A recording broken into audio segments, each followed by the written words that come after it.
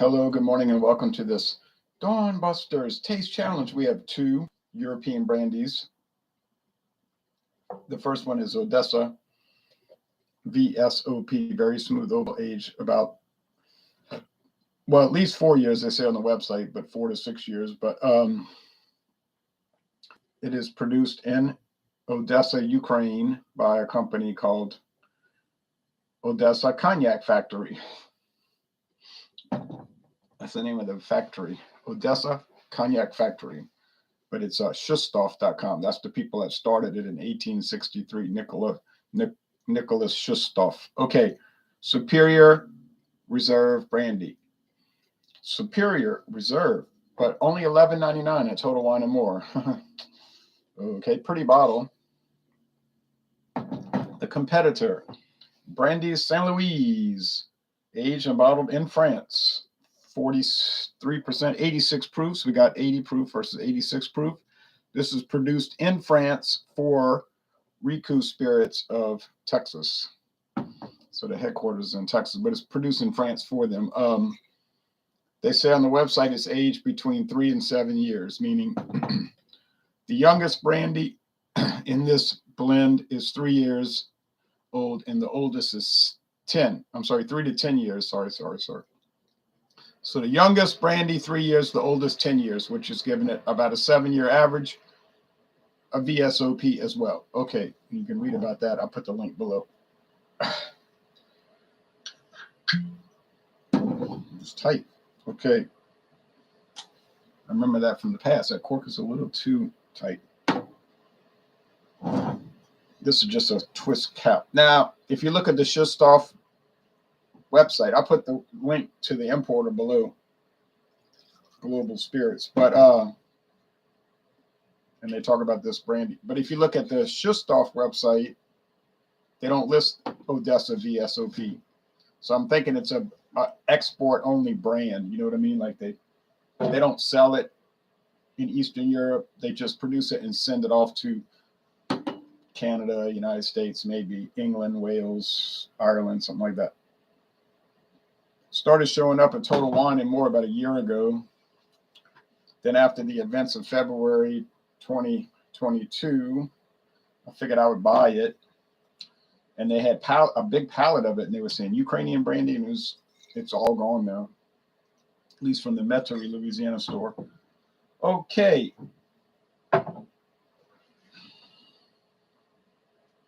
Well, they're both the same appearance, amber, copper, I should say. Not quite even, but it's pretty close. But to make sure, man, it wants to come loose. Yeah, it should be good enough. It better be, because that's it. That is it.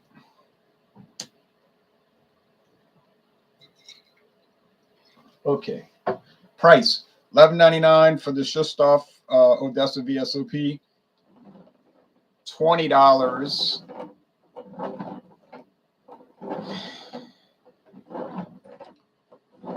I think it was just $20, like $20 even at Savannah discount. Discounted price, because normally it's $28, $27.99 at Total Wine and More, $27.99. So I was glad to get that $8 discount, or $7.99 discount. But we're going to go with the regular prices, not what I got. So $12 versus $28. Is it really going to be $16 better? Perhaps. I doubt it, but we'll see. Let's go with the nose.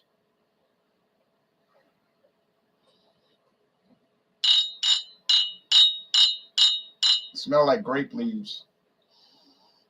Reminds me of the Greek festival. Yeah. Grape leaves and oak. Oak wood. Wine barrels. Yeah. Oh, well.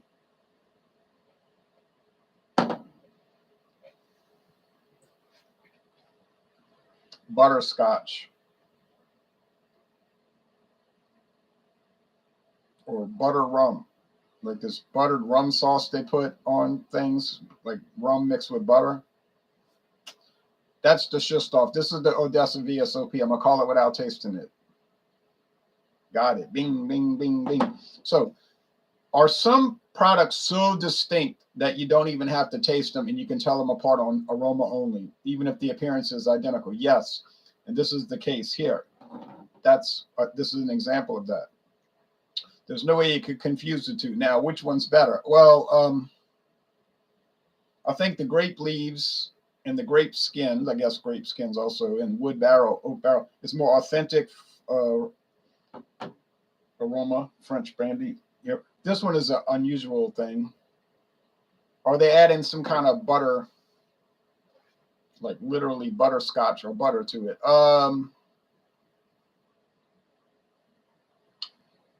I don't know if that's allowed, but it smells like it. It's like if you get go buy Hartley Brandy, VSOP in particular, or like this one I bought called Hervé from 2019, and you'll notice that they have that same butter. It's like butter rum sauce, like you would pour on a ice cream. And I think it's like hot butter sauce. But I don't know. I don't know how grapes and white wine that's distilled and placed in oak barrels would smell like that. Why would it have a butter smell and taste? Butter rum, butterscotch. Doesn't make sense. It's not a bad aroma. It's not a bad taste, but it's strange and it seems inauthentic. You know what I'm saying? This tastes like grapes. I mean, this thing here, the San Luis, Brandy of San Luis, you would never think it was whiskey or rum, or certainly not tequila or mezcal or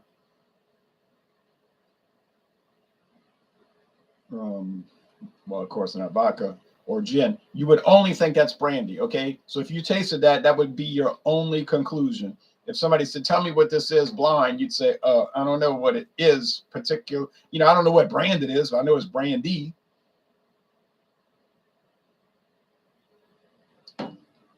That's how distinctly grape it is. So I like it a lot better than grape juice. It does taste like white grape juice, though, you know, but it with a lot better flavor. And yeah, I mean, yeah, similar to some kind of white wines, I guess you could say, yes. But they're distilled. It's distilled, so it's jacked up. Like wine is just fermented, and it's like 8%, 14% on the high end, and then if you have fortified wines, the dessert wines are like 18%, but they're jacked up with brandy. True story. They have brandy added. It's like they're cheating, and I guess you could say. You could say, but brandy is made with grapes, but you know what I'm saying. They're jumping a step. But here you got it all the way done. It's already distilled, filtered, and aged 3 to 10 years. So it tastes, like it's got the age on everything. All right, so that's good. Is it worth the $27, $28? I would say yes. But if you only are used to whiskey, you might say no. I don't know if a Canadian whiskey or a bourbon drinker is going to go for this. They might say no. I'll give that a big no.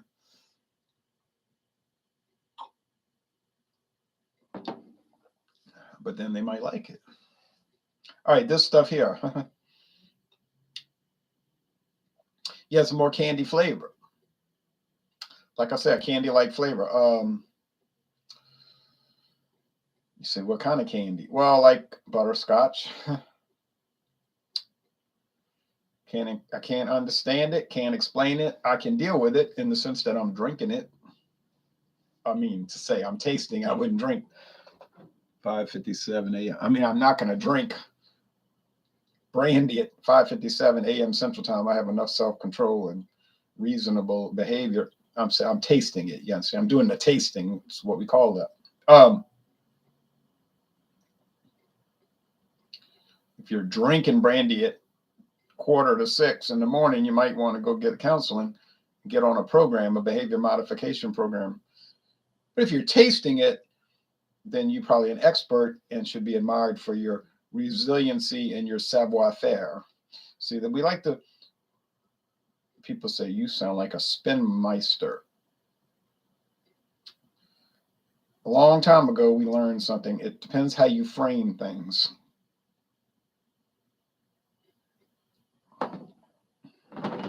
You don't tell a 2.5-year-old, you're going to eat it. You tell them, I bet you can't eat it. I bet you I could. You know, you say, well, that's psychological, like deception in a way. You're making them think it's a challenge when you're really just trying to get them to eat their little kiddie meal. Well, yes, it's not a lie. You know, really, you just say, I bet you can't. They don't even know what is a 2.5-year-old doesn't even know what that means. I bet you. They don't know what a bet is, a wager. But you present it as a challenge instead of a confrontation. And that's what we're doing here. It's a challenge. The winner, I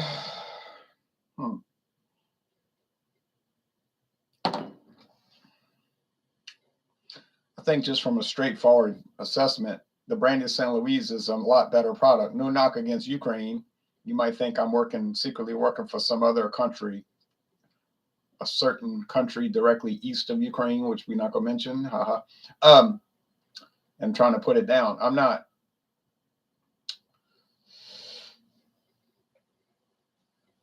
It's all right, but why you think it's $12? Because it's world class? I don't think so.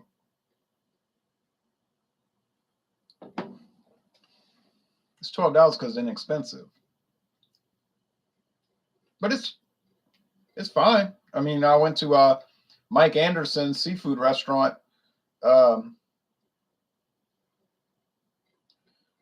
Tuesday in Gonzales, Louisiana, a nicer grade, higher level seafood restaurant. You see, price a little bit pricey, you know. But a lot of businessmen go there for luncheons and that kind of thing. But I was looking at their bar.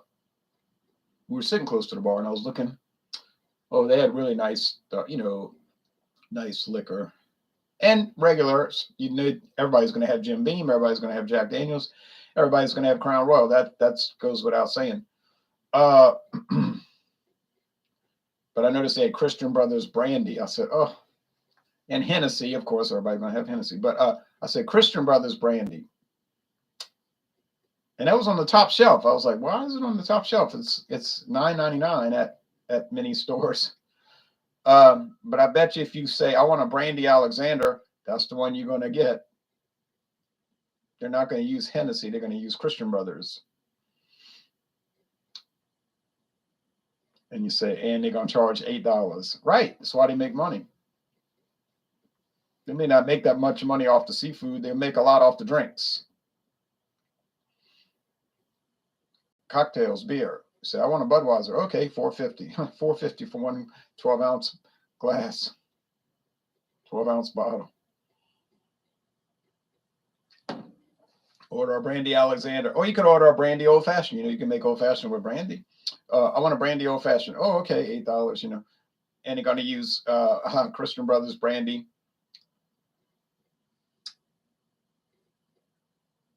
So it's almost like pure profit. But you happy. You drinking it. You drinking your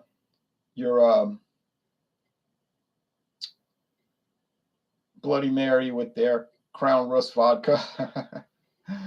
I'm always using Crown Rust vodka as an example. It's not terrible, but it's just a standard barroom vodka.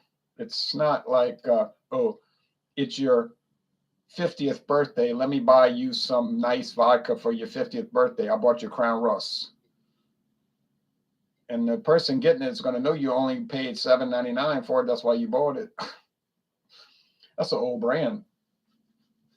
Been on the market since the 1930s. But it was introduced by Seagram's as what my friend David calls a bar brand, a rail, what they call a rail or a well vodka. Now it's owned by Sazerac after their big buyout from Seagram's in 1989. So, but anyway, enough of that. But you know the perspective I'm putting on it. You can at least buy somebody Sky vodka or Tito's or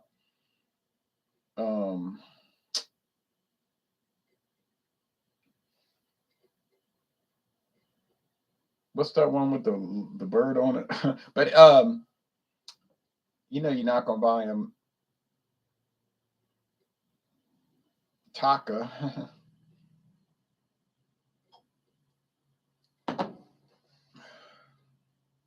Now, if they're having a Halloween party, you might bring over Taka because that's a different setting. It's a different perspective.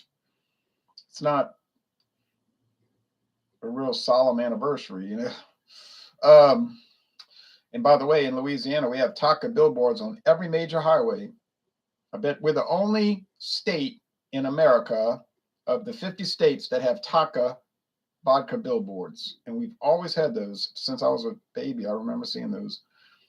Couldn't read then. I just remember, well, later on when I could read, I said, what is that? You know, asked my parents about it. So, but you know why? Because Taka vodka started in New Orleans, and the owner lives in New Orleans, and it's his father started, but he lives in New Orleans, and the headquarters and their big warehouse is here. So, yeah, I mean, yeah. And during carnival season, they'll have the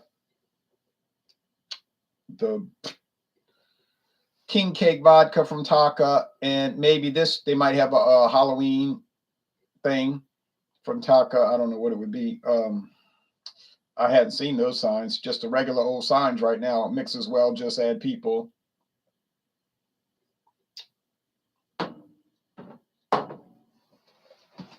All right. So would I recommend the Odessa V.S.O.P? I would, but with certain, you know, certain qualifications. Like, remember, it's only $12, so it's not going to be anything great. The aftertaste, though, is grape leaves. Interesting. The above taste, you know, the original flavor when you first start sipping it is that butter rum stuff. I think they sell that. You can buy that stuff. But it's kind of like they're adding flavor in to mask maybe some harshness or whatnot. But at the end, that goes away, and it's just grape skin, grape leaves, really grape leaves. Okay, fine, very nice. But it's worth $12. I wouldn't pay much more than that. The Brandy of San Luis, that's a real sipper. But she said on the website it was actually developed for cuisine, like, you know, fine restaurants in Dallas, Texas, or Austin, Texas, or Houston, or El Paso, Amarillo. Because they said they wanted some good cooking wine, cooking brandy, cuisine brandy, because according to the lady that started the company, they couldn't really get that.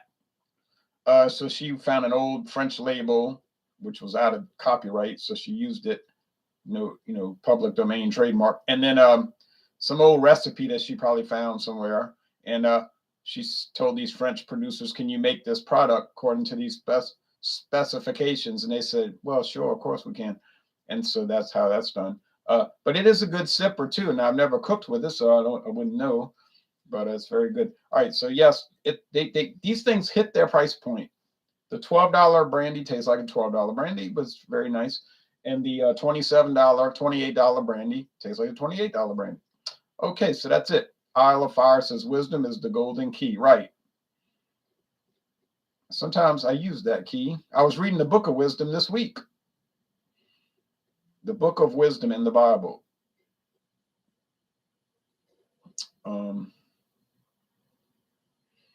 The Protestants do not recognize that book as being inspired scripture.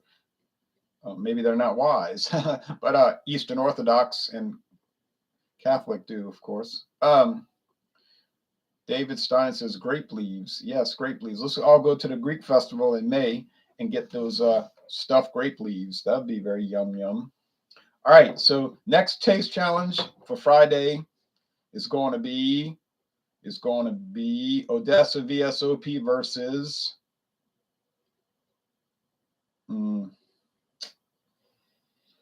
I can't remember, but something. One of those brandies up. Oh, maybe Corbel. Maybe Corbel. That's always a good one. Maybe Corbel. All right, but I have a few left, not too many. Then we'll be on to rum, gold rum. Oh yeah, Don Q Gold, a famous one. All right, thanks everybody. Y'all have a good Thursday.